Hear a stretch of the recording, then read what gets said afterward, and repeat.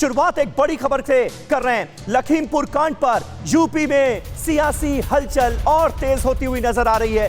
पीड़ित परिवारों से मिलने लखीमपुर खीरी जा रहे हैं अखिलेश यादव। लखनऊ में अपने होटल से निकले प्रियंका गांधी और राहुल गांधी भी, क्योंकि उन्हें बहराइच पहुंचना है। लखनऊ एयरपोर्ट से राहुल दिल्ली रवाना होंगे।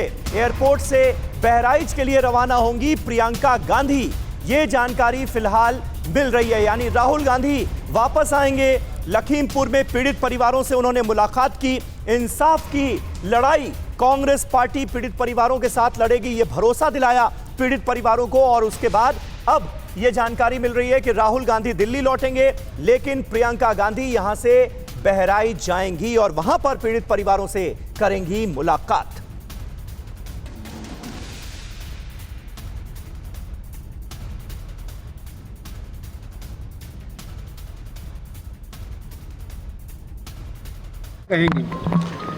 नहीं, मेरी वजह से की बात नहीं है। बात यह है कि इस देश में लोगों को न्याय का अधिकार है और अभी तक न्याय नहीं मिला है, क्योंकि अभी तक जो मंत्री हमारे जो गृह राज्य मंत्री हैं, उनके बेटे को सारे वीडियोस में सबने पहचाना है और जो वहाँ पे मौजूद थे चश्मदीद गवाह, वो सारे कह रहे हैं कि उनके बेटे इन्वॉल्व थे इस मामले में।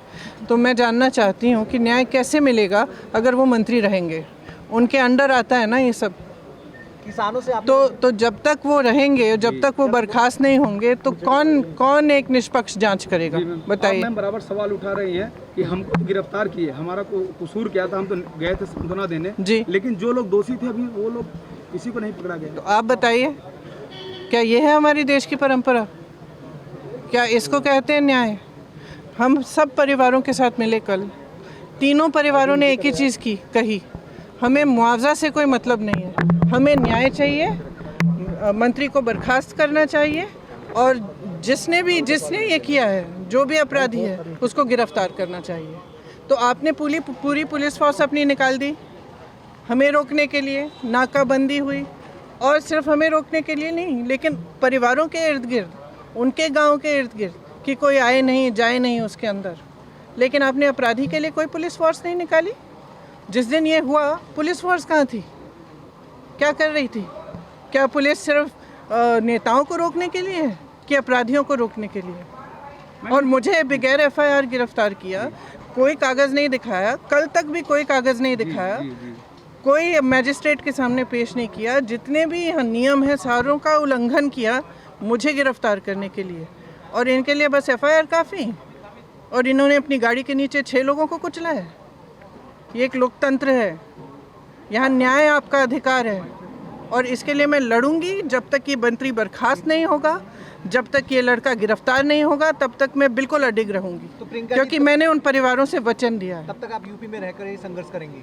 बिल्कुल। किसानों से कल आपने मुलाकात की, उनका क्या कहना था इस? अभी मैंने कहा कि क्या कहना था उनको।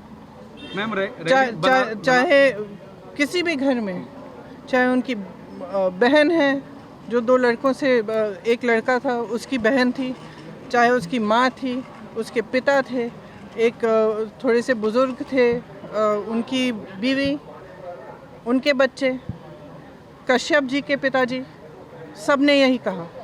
सब ने कहा हमें सिर्फ न्याय चाहिए, क्योंकि जब इस तरह का हादसा होता है और जब कोई इतना प्यारा होता है उसको खो देते हैं ना, तो एक यही क्या कहते हैं, यही सहानुभूति होती है कि हाँ चलो, जिन्होंने गलत किया कम से कम उन पर कुछ दंड हुआ, उनको दंड मिला है।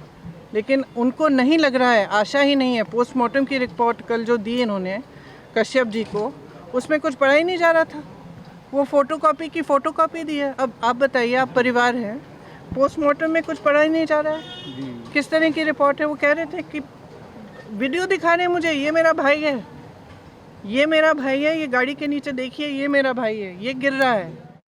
परवाह देश की, सोमवार से शुक्रवार रात 10 बजे TV9 भारतवर्ष पर।